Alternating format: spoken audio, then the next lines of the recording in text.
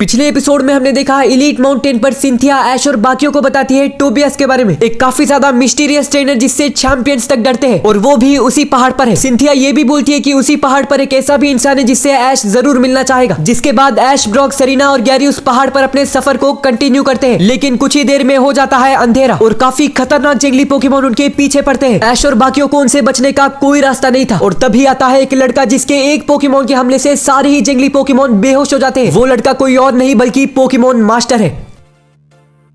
Elite mountain पर जंगली Pokemon काफी ज्यादा स्ट्रांग होते हैं। ऊपर से जो पोकेमोन ऐश और बाकियों पर हमला कर रहे थे वो कोई साधारण पोकेमोन नहीं थे, क्योंकि उसमें शामिल थे टायरानिटर और सैलेमिस जैसे सूडो लेजेंडरी पोकेमोन। लेकिन फिर भी उस ट्रेनर के पोकेमोन के एक हमले ने उन सारे पोकेमोन को डिफीट कर दिया है। ऐश और बाकियों देखना चाहते थे कि वो इंसान कौन है, लेकिन अंधेरे की वजह से वो दिखाई नहीं देता। तभी वो लड़का ऐश और बाकियों के करीब आता है, जिसकी वजह से वो सभी को दिखने लगता है। और तभी अलीन उस लड़के को देखता है और काफी ज्यादा शॉक हो जाता है। ब्रॉक भी उस लड़के को देखकर काफी शॉक हो गया था। तभी अलीन बोलता है ये तो पोकेमोन मास्टर रेड है, और ये बात सुनकर ऐश और सेरिना चौंक जाते हैं। ब्रॉक बोलता है मुझे अपने आंखों पर विश्वास नहीं हो रहा है, ये सच में पोकेमोन मास्टर है और इनका नाम है रेड। ऐश बोलता है क्या बात कर रहे हो, मेरे सामने पोकेमोन मास्टर है। तभी ब्रॉक बोलता है ये कभी किसी को दिखाई नहीं देते और इनको देखना बहुत ही ज्यादा रेयर है। माउंट वॉलकाइट सच में एक चमत्कार से कम नहीं है। तभी पोकेमोन मास्टर रेड बोलते हैं तुम चारों ठीक तो हो ना। अलेन बोलता है मास्टर रेड तुमसे मिलकर बहुत अच्छा लगा, हम लोग बिल्कुल ठीक है। तभी मास्टर रेड बोलते हैं तुमसे मिलकर भी मुझे बहुत अच्छा लगा। ब्रॉक बोलता है मुझे कभी नहीं लगा था कि मैं तुम्हें यहाँ पर देखूंगा। तभी मास्टर रेड बोलते हैं दरअसल मैं यहाँ पर एक खास इंसान से मिलने आया था, वैसे उन पोकेमोन ने तुम पर हमला तो नहीं किया ना। अलेन बोलता है एक टायरानिटार ने ऐश पर हमला किया था। और तभी ऐश बोलता है लेकिन मैं अब बिल्कुल ठीक हूँ। पोकेमोन मास्टर रेड ऐश को देखता है और बोलता है ऐश के चम तो तुम भी इसी पहाड़ पर हो, वो तुम्हें यहाँ देखकर काफी खुश होंगे। ऐश बोलता है तुम भी का क्या मतलब है, और क्या तुम मुझे जानते हो, और कौन है वो जो मुझे देखकर खुश होने वाले हैं, तुम्हारी बातें मेरे सर के ऊपर से जा रहे हैं। तभी मास्टर रेड मुस्कुराते हैं और बोलते हैं ऐश तुम बिल्कुल सही रास्ते पर जा रहे हो। ये बोलने के बाद मास्टर रेड चुनते हैं अपने चारिजाट को और उसमें बैठकर वहां से जा रहे होते हैं। तभी ऐश बोलता है मास्टर रेड मुझे तुम्हारी बातें धीरे धीरे समझ आ रही है और मैं ये बोलना चाहता हूँ कि बहुत जल्दी मैं तुम्हें डिफीट करके पोकेमोन मास्टर बनूंगा। ये सुनकर मास्टर रेड फिर से मुस्कुराते हैं और बोलते हैं गुड लक ऐश। ये बोलकर वो वहां से निकल जाते हैं। रेड के जाने के बाद सेरिना बोलती है मुझे यकीन नहीं हो रहा है कि हमने पोकेमोन मास्टर से बात की है। अलेन बोलता है तो वो मास्टर रेड है जिसके बारे में सिंथिया बात कर रही थी, एक बहुत ही स्ट्रॉन्ग ट्रेनर जिससे हम मिलना चाहते हैं। तभी ब्रॉक बोलता है पता नहीं मास्टर रेड क्या बोलना चाहता था जब उसने बोला कि हम सही रास्ते पर जा रहे हैं, उसका क्या मतलब हो सकता है। तभी ऐश बोलता है लगता है पहाड़ के ऊपर कोई है जो हमें देखना चाहते हैं। गैरी बोलता है वो कौन हो सकता है। तभी ऐश मुस्कुराता है और बोलता है ये तो मुझे भी नहीं पता। जिसके बाद ऐश बोलता है जो भी हो हम उन जंगली पोकेमोन से तो बच गए। गैरी बोलता है हाँ अब हम जल्दी से आगे बढ़ते हैं और एक विलेज को ढूंढते हैं जिसमें हम आराम कर सकते हैं। तो ऐश, ब्रॉक, सेरिना और गैरी अपनी जर्नी को कंटिन्यू करते हैं। काफी देर वो लोग ऐसे ही अंधेरे में सफर करते हैं और कुछ घंटों बाद वो जंगल को पार करते हैं और उन्हें दिखता है एक विलेज। गैरी बोलता है तो आखिरकार हम एक विलेज पहुंच गए हैं, लेकिन यहाँ तक पहुंचने में हमने काफी देर कर दिया। तो काफी देर सफर करने के बाद ऐश और बाकियों आ चुके हैं माउंट वॉल करके पहले विलेज पर। वो विलेज काफी सुनसान और पीसफुल होता है। ऐश और बाकियों उस विलेज के अंदर जाते हैं। ऐश बोलता है ये विलेज कितना शांत है, ऐसा लगता है कि यहाँ पर कोई नहीं रहता। तभी उसको वहाँ पर एक लेक दिखता है। ऐश बोलता है मुझे काफी प्यास लगी है, मैं वहाँ जाकर पानी पी कर आता हूँ। ये बोलकर वो जाता है उस लेक के पास और बाकी लोग देख रहे हैं कि वो लोग विलेज में कहाँ पर आराम कर सकते हैं। कुछ देर आगे जाने के बाद ब्रॉक, सेरिना और गैरी को एक घर दिखता है, एक छोटा सा घर जिसके अंदर से एक इंसान उनको बुला रहा है। सेरिना बोलती है उस घर से हमें कोई बुला रहा है, हम उनसे बात कर सकते हैं और इस विलेज के बारे में जान सकते हैं। ब्रॉक, सेरिना और गैरी जाते हैं उस घर के अंदर और देखते हैं कि वहाँ पर है एक लड़का। वो लड़का बोलता है क्या तुम पोकेमोन ट्रेनर्स हो जो इस विलेज को एक्सप्लोर करने आए हो। तभी गैरी बोलता है हाँ हम रात भर जंगल में सफर कर रहे थे, इसीलिए हमने इस विलेज में आराम करने का सोचा है। मेरा नाम गैरी है और ये है ब्रॉक और सेरिना। तभी वो लड़का बोलता है तुमसे मिलकर काफी अच्छा लगा, मेरा नाम है एडम, मैं इसी विलेज में रहता हूँ। ब्रॉक बोलता है एडम इस विलेज का नाम क्या है। तभी एडम बोलता है इस विलेज का नाम है मिस्टीवुड विलेज और ये माउंट वॉलकाइट का काफी पुराना और छोटा सा गांव है, इस गांव में ज्यादा लोग नहीं रहते हैं। तभी सेरिना बोलती है इस गांव में कोई खतरनाक जंगली पोकेमोन तो नहीं आएंगे ना। ये सुनने के बाद एडम हंसने लगता है और बोलता है लगता है रास्ते में तुम्हें कोई जंगली पोकेमोन ने हमला कर दिया है। ब्रॉक बोलता है तुमने बिल्कुल सही कहा। तभी एडम बोलता है मुझे पता है वो पोकेमोन काफी ज्यादा स्ट्रॉन्ग होंगे, लेकिन एक बात बता दूं इस विलेज में एक ऐसा पोकेमोन है जो उन जंगली पोकेमोन से 10 गुना ज्यादा स्ट्रॉन्ग है और वो कोई भी नए ट्रेनर को छोड़ता नहीं है। बड़े से बड़े ट्रेनर के पोकेमोन भी उसके हाथों हार चुके हैं। ये सुनने के बाद सेरिना काफी ज्यादा घबरा जाती है और बोलती है वो पोकेमोन कहाँ होगा। एडम बोलता है इस वक्त वो विलेज में कहीं पर भी हो सकता है। तभी सेरिना बोलती है ऐश तो बाहर ही है और दूसरी तरफ ऐश विलेज के लेक के पास है जहाँ पर वो पानी पी रहा है। पानी पीते वक्त अचानक से उसको एक परछाई दिखती है। वो पीछे मुड़कर देखता है तो वहाँ पर होता है एक पोकेमोन। वो देखता है एक सेप्टाइल को जो दिखने में काफी ज्यादा स्ट्रॉन्ग लग रहा था, जो ऐश से बैटल करना चाहता है।